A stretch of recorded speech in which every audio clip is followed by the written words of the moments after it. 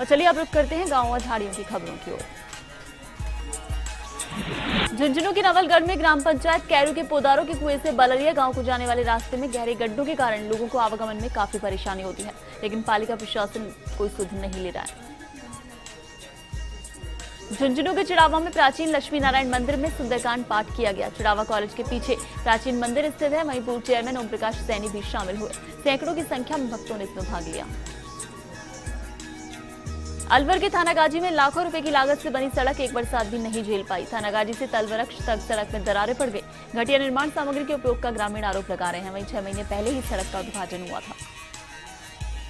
धौलपुर के राजाखेड़ा में पालिका की अनदेखी से लोगों का जीवन खतरे में है। जगह जगह खुले नालों में गिरकर आए दिन लोग घायल हो रहे हैं। पालिका प्रशासन कोई ध्यान नहीं दे रहा। हनुमानगढ़ की टिब्बी में विश्वकर्मा मंदिर के पास नालियां कचरे से अटी पड़ी हैं। नालियां अटी होने से सड़क पर गंदा पानी पसर रहा है। प्रशासन भी ध्यान नहीं दे रहा। अजमेर के विजयनगर में तहसील के गांव में बरसात बैरन बनी है। खेतों में पानी भर जाने से फसलों के गलने का नुकसान हुआ है। अजमेर के बिनाई में स्वच्छ भारत अभियान योजना के तहत बने शौचालयों की सहायता राशि नहीं मिली। राशि नहीं मिलने से ग्रामीणों में रोष व्याप्त है। ग्रामीण भुगतान के चक्कर काट रहे हैं। झुंझुनू के उदयपुर वाटी में बिना रजिस्ट्रेशन के अवैध कोचिंग चल रही है। बिना परमिशन कोचिंग की शहर में भरमार है। युवाओं के भविष्य के साथ कोचिंग संचालक खिलवाड़ कर रहे हैं। कोचिंग संचालक मनमानी फीस वसूल रहे हैं। सवाई माधोपुर के चौथ का बरवाड़ा में बारिश का दौर थम गया है, लेकिन नदी नाले सब उफान पर हैं। तेज बहाव के कारण रास्ते भी बंद हैं। बहाव से आवागमन बाधित हो गया है। डेडाइच गांव में 1.5 करोड़ की लागत से सड़क उखड़कर बह गई है। झालावाड़ के झालरा पाटन में कालीसिंध डैम से पानी छोड़ने से खेतों में पानी भर गया। फसलें खराब हो गई। मुबादी करके पानी छोड़ा जा रहा है। बुवाई की फसल लगभग बर्बाद हो गई है।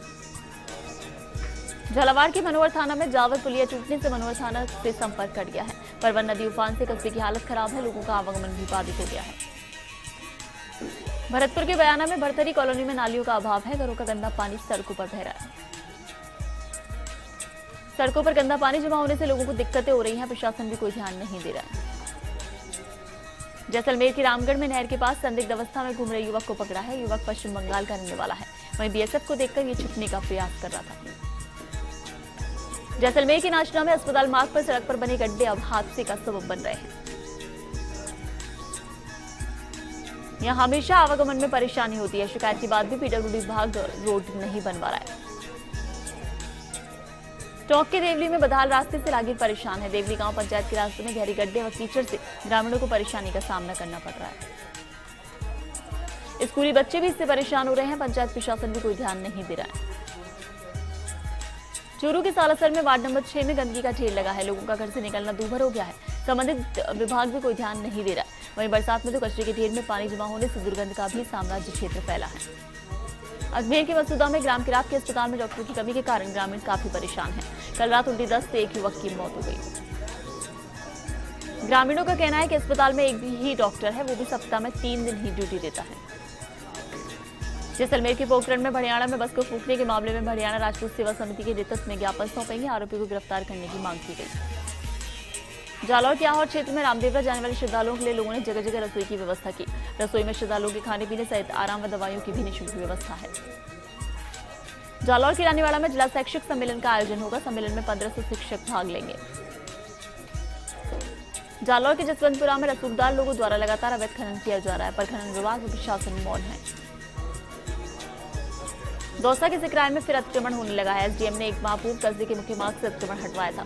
दुकानदारों ने प्रशासन के द्वारा बनवाया अस्थायी नाले में मिट्टी भरी है। हनुमानगढ़ के रावतसर में ग्राम लखवाली से जोरावरपुरा जाने वाले मुख्य मार्ग की टूटी फूटी हालत में होने से हादसे की आशंका बनी रहती है। बार बार सूचना के बाद भी कार्रवाई नहीं हो पा रही है।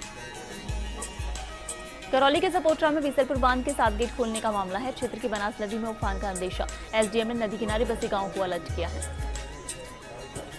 भरतपुर के हलैना में थाना अधिकारी ने 40 मवेशियों को मुक्त किया है। जोधपुर से कानपुर की तरफ ट्रक जा रहा था, 2 लोगों को इसमें गिरफ्तार किया गया।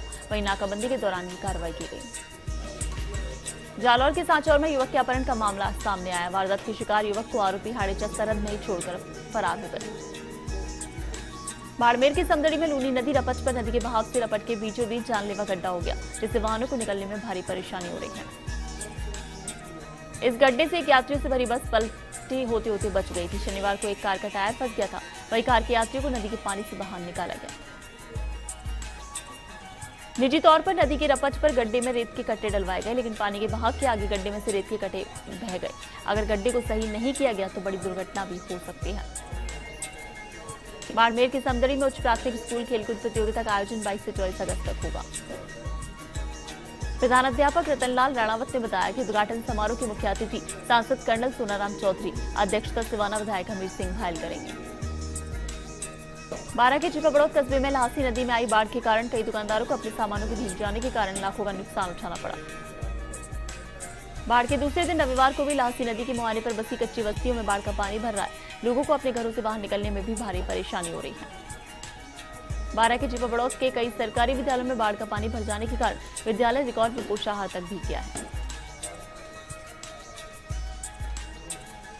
बीईओ प्रेम सिंह मीणा ने बताया कि क्षेत्र में भारी वर्षा होने के कारण नदी में आए पानी की वजह से राजकीय बालिका उच्च प्राथमिक विद्यालय की 4 दीवारी पोषाहार व अन्य सरकारी रिकॉर्ड गल गया है।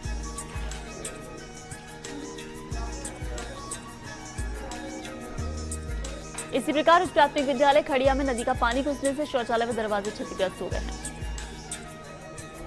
सीकर के नीमका थाना में पाचन रेफरल चिकित्सालय के आउटडोर में मरीजों की संख्या बढ़ी है। मरीजों को बाहर से सीबीसी जांच करवानी पड़ रही है। रेडियोग्राफर और एलटी के पद रिक्त हैं। मरीजों को सरकारी सुविधा का लाभ नहीं मिल पा रहा है। पाली की सुमेरपुर पंचायत समिति 61वीं सुमेरपुर क्षेत्रीय 14 वर्षीय क्रिकेट प्रतियोगिता का आयोजन 22 अगस्त से शुरू हुआ। प्रतियोगिता संयोजक भागीरथ परिहार ने बताया कि आयोजन दुजाना स्कूल में होगा। भीलवाड़ा के जहाजपुर में बारिश का दौर शुरू होने से जहां एक और मौसम सुहाना बना हुआ है, वहीं लगातार बारिश से बनास पुलिया पर अभी भी पानी बह रहा है। इससे आवागमन भी बंद है। पानी भरने से लोग परेशान हो रहे हैं। चित्तौड़गढ़ के आकोला में मत्स्य तालाब व रायपुरी तालाब की साल 1984 के बाद रपट चली। जवाहरनगर की अर्जुन बस्ती दरिया बन गई तो वहीं नदी नाले उफान पर हैं। 2 दिन पूर्व हुई बारिश के बाद मौसम खुल जाने से जहां लोगों को राहत महसूस हुई है, तो वहीं 3 दिनों तक तेज गर्मी ने अश्विन मास का एहसास कराया। लेकिन मानसून ने एक बार फिर करवट लेते हुए अपनी सक्रियता दिखाकर झमाझम बारिश से आसपास क्षेत्र को तरबतर कर दिया।